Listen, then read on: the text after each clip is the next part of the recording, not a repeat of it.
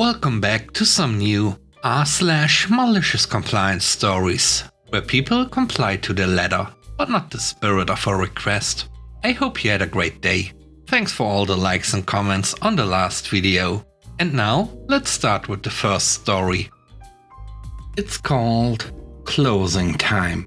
I was working a closing shift at McD. It was getting late, and we were slow, so I started minimizing what we had in stock, and was going to cook the rest of the food to order for the last half hour of my shift.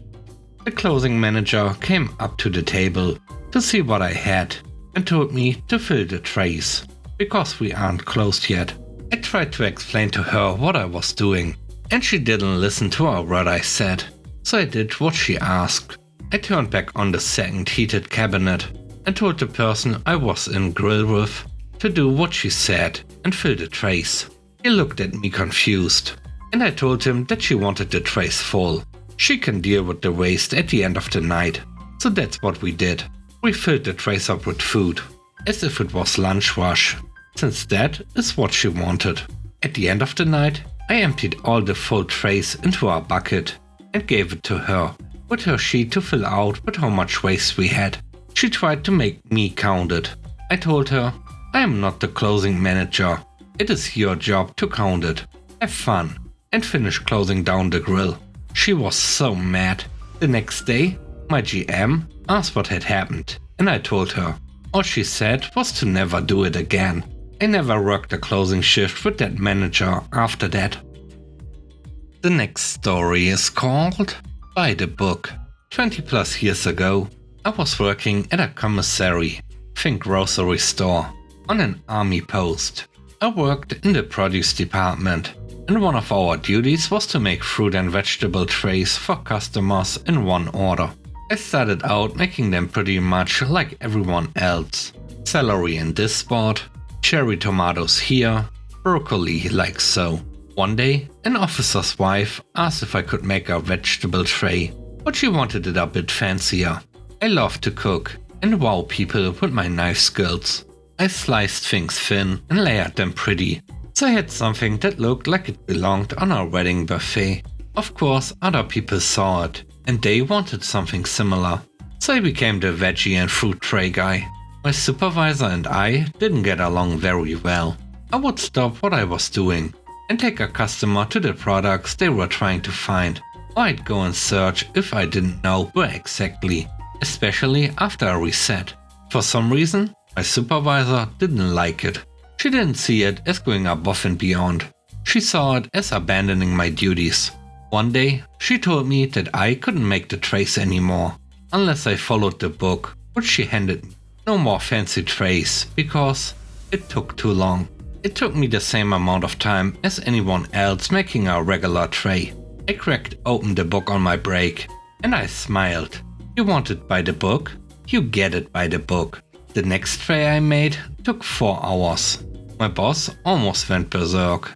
I told her that with each individual fruit or vegetable, I had to wash, sanitize, and rinse them separately, because that was what the book says. And with 8 different fruits or vegetables, I had to spend about half an hour filling and draining the sink each time, as to not cause cross-contamination. I transferred to a different section shortly after that. The third story is called External Approval. So, a few months ago, as usual, my boss finds a random bit of information that is affecting her KPIs. 30 people don't have box X ticked off, because they've been in the company 20 plus years, and box X was only initiated 5 years ago. So she finds an information pack containing all the requirements to get this box ticked. Puts a single assessment page with a clear guide that it's for our team only to sign. Tells me via email to get all 20 people in front of external leaders to sign it as evidence. I was very aware this is not the correct way to do this. It's just the least amount of paperwork. So I did due diligence and took it sideways to the team next to us, who handles stuff like this.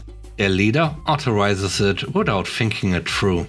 I explained my hesitation, and another leader overhears and also says, if it's in writing, you can action it. with a sly smile.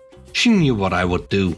I sent the entire email chain unedited and pointed out both authorizations, attached the piece of assessment, and sent it with a list of names to all external leaders from the official shared inbox and not my own. I sent this on day 1 of my boss going on leave. I had 10 emails sent back in less than 30 minutes, refusing to sign it with a big "what the heck."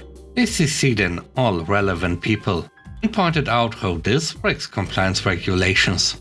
I replied, excusing myself from future speculations, until a directive from on high came down.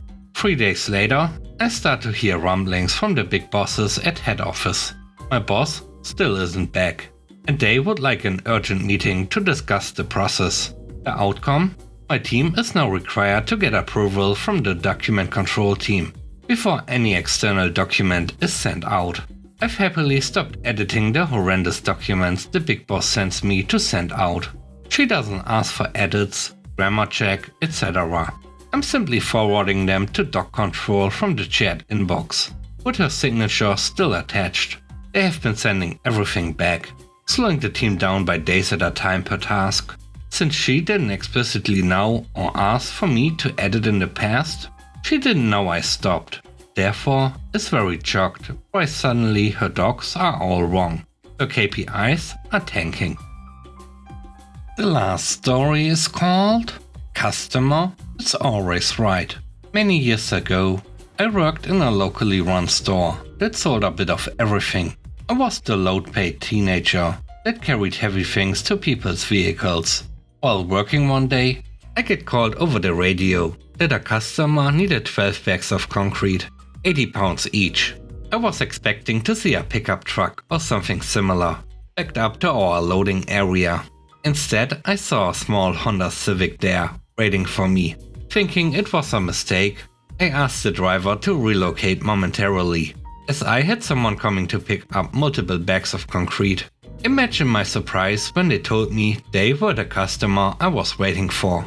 I asked the customer how much they wanted to take in each trip, as I believed the nearly 1,000 pounds of concrete might be too much for such a small vehicle to handle safely. The customer became aggravated and insisted that they were taking it all at once.